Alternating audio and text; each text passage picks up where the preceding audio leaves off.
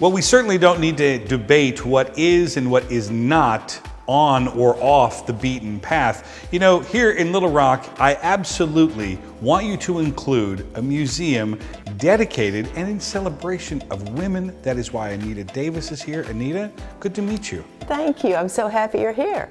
The Esse Purse Museum, where did this idea come from? Why did you decide this is what you have to do? Well, it started as a purse museum, and it has evolved into a women's history museum. It's told through the purse. So we're just using the purse as a vehicle to tell all women's stories from the United States. And if I understand it correctly, there's only 3 of these types of museums in the world? There are 3 purse museums that are brick and mortar in the world, and just dedicated to purses. Ours is a little bit different. The other 2 are Seoul, South Korea, and Amsterdam. And ours is a women's history museum, not just focused on the purse. We're trying to honor our mothers and our foremothers. Nice. And so each one of the displays goes through a decade, is That's that right? right. Or an era, Yes. I would imagine? Of course, my favorite being the travel section. Of course. I love that Yes, section. yes. But it is true, when people come through the museum, what do they tell you that they are most surprised by?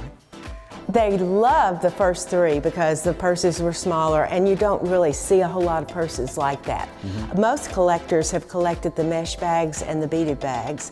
Mine are a little more eclectic than that. It seems like they might be like suede and celluloid and that sort of thing. The materials are a little different than most collectors, and so a lot of people have not seen that kind of purse. And then we move to the 30s, and the cases get bigger, and it tells more. But I mean, of course, the first 3, they didn't have very many things to put in their purses. Right. So purses were smaller. Right. So we started carrying more and more things in our purse. And now we have enormous purses, and we have to have little totes to go along and carry the rest of it. Is that true? I mean, because that's the other thing that I was thinking about, is that what's interesting about each one of these cases, that you see that women, they carry different things in different eras. Exactly. Why is that? Well, their lives were different. You know, in World War I, they had very few things to choose from.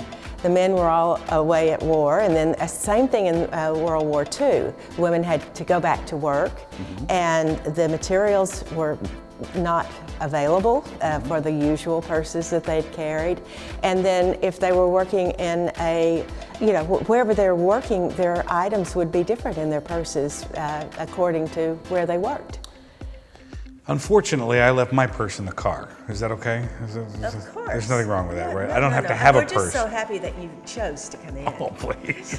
Well, because some people don't. Do men enjoy the museum as much as women? Absolutely. If we can get them in the door, their foot in the door, then they're amazed, because this is the mystery. This is a big mystery of what we carry in our purses, and now we're just letting the cat out of the bag. That's very true. It's true. I never went into mom's purse or my wife's purse. You know? Well, there's no telling what you would find in that. That's very true. This is awesome. It was good to meet you, and thank you for showing us around. So enjoyed it. Thank you. And you must come here when you're here in Little Rock, right? Right, please do. Absolutely. Love to have you.